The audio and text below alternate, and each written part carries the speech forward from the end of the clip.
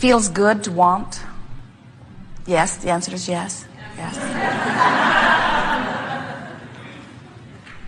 If there is any hesitation about whether you enjoy your desire or not, it must surely be because you have not quite yet figured out how to always be a vibrational match to your own desire. The only reason that desire ever feels uncomfortable is when a new desire is focused within you, but you have contradictory energy within you. Have you ever been assigned to someone? Maybe it's a wife or a husband. Maybe it's a work partner, where the two of you have a singular objective but different approaches to it. And you both think you're right. More importantly, you both think the other one isn't. And so you're just sort of tugging at each other on your way to your common objective, but it is such a rough ride. It's like two horses being joined by that yoke between them and each wanting to go a different direction rather than pulling together, even though the objective is to go forward. Because they are not working in cooperation with one another, it is an uncomfortable experience. And sometimes you are like both of those horses. Your desire is pulling one way, but your belief or expectation is pulling another. We call it not in alignment. Only we are talking about vibrational alignment. So when you desire something and you don't believe it, you've got that pulling apart within you. And when that pulling apart is happening, when you are misaligned from your own source and from your own desire, what happens is you feel negative emotion. That's what negative emotion means. It means you are introducing a signal, a vibrational signal that doesn't match your desire. So today, as we are moving forward, we want to talk about how to bring yourself into alignment. Sometimes our physical friends feel uncomfortable with the idea of beliefs because beliefs feel like concrete. Some of them you've been carrying around for quite a long time. And when you have a belief that you've been practicing, that's all a belief is a thought that you keep thinking. It's a practice thought. It's a thought that is so practiced that it comes forth more naturally. You might even say it's your tendency of thought. You are prone to that thought. That thought comes more easily than another thought. So when the contrast of your experience causes you to introduce into your own creative endeavor a desire that goes beyond where your prone thoughts or the thoughts of tendency are, then you begin to get this sort of push-pull thing happening within yourself. And that's why you do not wholeheartedly sometimes say to us, yes, we are gloriously excited about our new desire, and even though our desire is not yet manifested, we still understand the life-giving power of the desire. That's really where we want you to come to. We want you to be exhilarated when a new desire is born within you, even though as the new desire is born within you, you do not feel completion of it. Even though it is not yet manifested, we want you to feel excited about the energy that is flowing to you and through you as a result of your new conclusion, your new desire. You are source energy in physical bodies. You didn't just start with your physical birth. You are powerfully focused source energy in these physical bodies being powerful creative focusers out here on the leading edge of thought. You were born to conclude new desires. So when a new desire is born within you, there's a summoning of source energy through the focusing mechanism, which is you. We're talking about one of those two horses. That desire is pulling through you in a powerful way. That desire gives you energy. That desire is clarity. It is the source energy. It's the energy that creates worlds.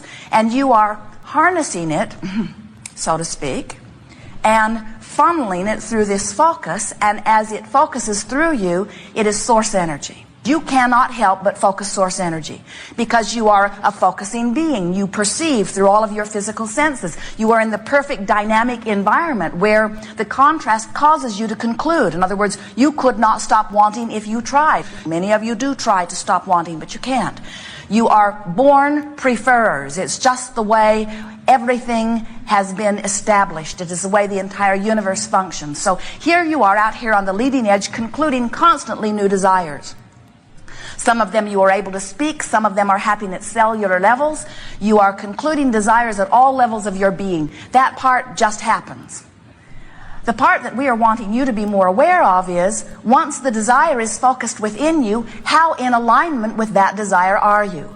And you were born with emotions that let you know your state of alignment. The better you feel, the more in alignment you are. The worse you feel, the more out of alignment you are. And if you are out of alignment, which means you don't feel good, which means negative emotion is present, it is always because you've got some tendency of thought, some habit of thought, some belief that you've picked up somewhere along your physical trail that is dominant within your vibrational pattern right now. So you've got these two horses pulling against each other, and that's why you do not feel so good. Have you ever seen a child? It's easier to see with children, although you can see it with everyone. This child who behaves one way with one adult and a very different way with another adult. It feels like it's not even the same child. And it's because one adult is activating one vibration in the child and the other is activating another. In other words, you find a flaw in someone, focus upon it, make it an active vibration within you, and that person will give it to you so much that you think it's the only personality trait they have. You find something in someone that you adore, make that your dominant vibration, and they will shine for you every time you get together.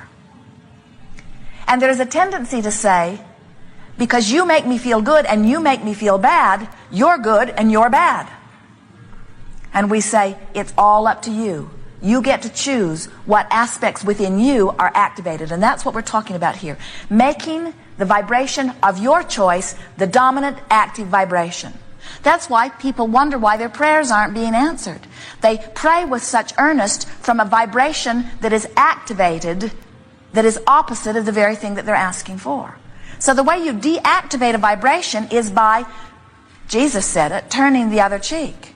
You have to ignore it. You have to turn your attention to something different from it. And when you turn your attention to something different from it, it is not activated unless you turn your attention to something just like it. In other words, I hate that and I hate that too. And I hate that and I hate that and I hate that and I hate all of that. Well, that doesn't serve you very well. So the way you activate a vibration is by choosing something else. But if you've got a vibration going on within you, it isn't easy to choose something different from it because law of attraction is responding to what you have activated. So you say, well, I'm stuck in this hole. How do I get out of this hole? And we say, think about not being in the hole. But when you think about not being in the hole, you're thinking about being in the hole and just not wanting to be in the hole. So we say, think about being somewhere else. Activate something else. And you do it little by little by little. And that's the point of the game or process of virtual reality, where just for a moment, you practice something that feels good until little by little by little, within a few days, you will have convinced yourself that you have the power to activate anything that you choose to activate. And once you begin playing this game, wonderful things happen to you. The first thing that happens is you show yourself you can choose more deliberately. The next thing that happens is you get so hooked on this feeling. Esther said to Jerry, it's addictive. She had such fun in her own mind as she is driving. She almost didn't want to talk to anyone. She didn't want to be distracted from the stream of thought that she was finding. She said, this is addictive, this good feeling. Once you get 2 or 3 days into it, you want to keep it up. And once you get 2 or 3 days into it, a negative thought feels very, very obvious. You feel less willing to tolerate the accidental activation of something that does not feel good. So what must be your motivation? This is really key. You have to want to play this game because you want to feel good. Because if you want to play the game because you've got some issue that you want to deactivate, when you get in the game, you activate the issue. We were visiting with a really wonderful woman who was really getting the sense of our process. And so she began. She chose a beach. And she chose the sun high in the sky. And she chose the sun feeling very good on her skin. And she was dressed in something very casual with lots of bare skin, enjoying the sun and the wind. And her feet were moving through the cool, damp sand. And it was a delicious moment. Everyone wanted to go there with her. And then we said, who else is there? And she said, my son. At which point, her virtual reality went south. Because Mother's Day had just happened, and she had just been disappointed by her relationship with her son, so she brought him into her virtual reality to see if she couldn't fix things. And we said, virtual reality is not a place where you fix anything. Virtual reality is a place where you show yourself that it's easy to choose good feeling thoughts. There's a human tendency to say, in order for me to be in a place of well-being, I have to solve all of the problems that are not of well-being. But the problem with that is, every time you work on one of those problems, you activate it. And then you got that two-horse thing going on in your vibration where you're pulling against yourself. Sometimes as we talk about the art of allowing, people think that what we mean is looking at horrible things and saying that's okay. We don't mean that at all. Art of allowing is getting good at not looking at horrible things. Art of allowing is getting so good at choosing thoughts that feel good that you allow source energy that is natural to you to flow to you. And every one of you would be doing that if somebody hadn't vacuumed up spiders when you were little. Every one of you would right now be allowing your well-being in a very full function if you hadn't learned your behavior from somebody else who had somehow come to believe that there were bad things out there that you have to protect yourselves from.